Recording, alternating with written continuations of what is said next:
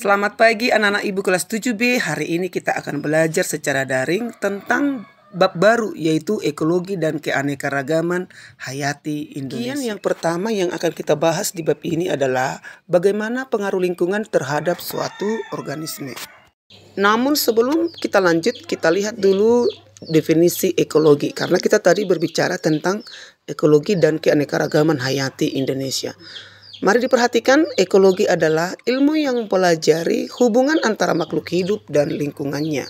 Perhatikan anak ibu, kita lanjut tentang lingkungan yang ada di sekitar kita dibagi dua. Ada lingkungan biotik atau sering kita sebut dengan komponen biotik dan lingkungan abiotik atau komponen abiotik. Lingkungan biotik itu bagian dari ekosistem yang terdiri dari makhluk hidup seperti tumbuhan, hewan, manusia, dan mikroorganisme. Komponen abiotik ini berperan dalam rantai makanan dan interaksi antar organisme. Kemudian lingkungan abiotik atau komponen abiotik itu merupakan bagian dari ekosistem yang terdiri dari unsur-unsur non-hayati atau non-makhluk hidup seperti cahaya, suhu, air, udara, dan tanah. Komponen abiotik ini mendukung kehidupan dan mempengaruhi kondisi lingkungan tempat makhluk hidup tinggal. Mari kita lihat lebih jelas lagi tentang komponen-komponen yang ada dalam komponen biotik. Yang pertama ada produsen, yang kedua ada konsumen, ketiga dekomposer. Produsen itu adalah organisme yang dapat membuat makanan sendiri. Jadi organisme yang dapat membuat makanan sendiri itu adalah tumbuhan.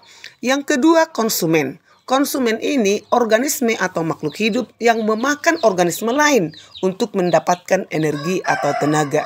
Jadi konsumen itu adalah yang memakan organisme lain atau konsumen ini disebut pemakai. Ada tiga. Ada konsumen primer, ada konsumen sekunder, dan ada konsumen tersier. Konsumen primer itu pemakan tumbuhan. Ini sering kita disebut herbivora. Herbivora adalah organisme pemakan tumbuhan. Konsumen sekunder itu pemakan konsumen primer atau sering kita sebut ini dengan karnivora atau pemakan daging. Yang ketiga konsumen tersier atau pemakan konsumen sekunder. Kalau dulu sering kita sebut ini dengan karnivora atau hewan pemakan segalanya. Nah, komponen biotik yang ketiga adalah dekomposer. Dekomposer ini adalah organisme yang menguraikan sisa-sisa makhluk hidup.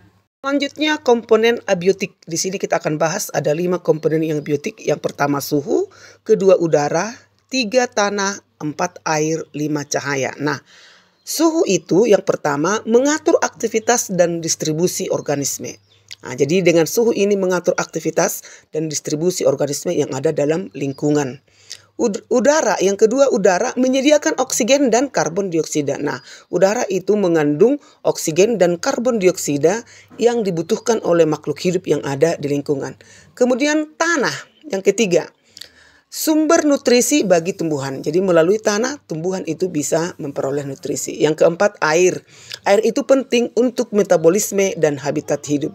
Kemudian yang kelima, cahaya. Cahaya merupakan sumber energi utama untuk berfotosintesis yang diperlukan oleh tumbuhan sampai menghasilkan nutrisi yang akan dikonsumsi atau menjadi sumber makanan bagi makhluk hidup. Itulah pengaruh lingkungan terhadap suatu organisme yang melibatkan lingkungan abiotik dan lingkungan biotik. Sekarang kita bahas bagaimanakah interaksi antara komponen penyusun ekosistem itu. Ekosistem. Ekosistem itu adalah interaksi antar makhluk hidup dan lingkungan di suatu tempat.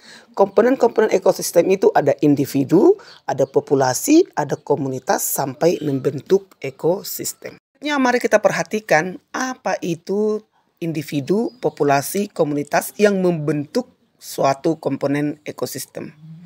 Individu adalah makhluk hidup tunggal. Makhluk hidup tunggal artinya satu. Itu contohnya seekor harimau. Kedua, populasi adalah sekumpulan makhluk hidup sejenis yang hidup di suatu tempat. Nah, sejenis dia di suatu tempat. Contohnya ayam, kandang ayam atau pohon pisang dan sebagainya. Selanjutnya komunitas. Komunitas itu adalah 2 atau lebih populasi yang hidup di suatu tempat. Contohnya ada pohon pisang, ada pohon kopi di kebun kita. Selanjutnya dalam ekosistem ada yang disebut dengan bioma dan biosfer. Apa itu bioma dan biosfer? Bioma adalah ekosistem yang sangat luas dan memiliki vegetasi tumbuhan yang khas. Misalnya bioma gurun, bioma tundra, dan bioma hutan hujan tropis. Biosfer. Biosfer adalah lapisan bumi yang di dalamnya terdapat kehidupan. Itulah biosfer yang kita tempati sekarang. Lah anak-anak ibu, sampai di sini dulu pembahasan kita tentang ekologi. Yang telah kita bahas itu lingkungan dan ekosistem. Sekarang saatnya kita latihan. Pergilah dulu jalan-jalan sebentar ke ladang dekat rumahmu. Ya enggak sekarang ya, besok-besok pun bisa, tapi nanti ibu tagih sewaktu pulang sekolah. Setelah itu perhatikan kira-kira apa nama ekosistem yang bisa kamu amati. Kemudian sebutkan apa saja contoh faktor biotik dan abiotik yang kamu temukan.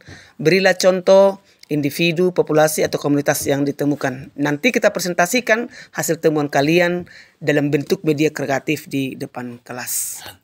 Terima kasih anak-anak ibu yang telah mengikuti pembelajaran hari ini, khususnya di les ibu IPA kelas 7B. Silakan dicatat materi kita hari ini dengan rapi di buku catatannya. Kemudian tugasnya dikerjakan di bawah buku catatan. Nanti ibu periksa setelah kita masuk sekolah. Silakan dilanjutkan pembelajaran kita hari ini. Mohon semua tugas-tugas dikerjakan dan dikirimkan dengan baik ke guru masing-masing. Selamat pagi.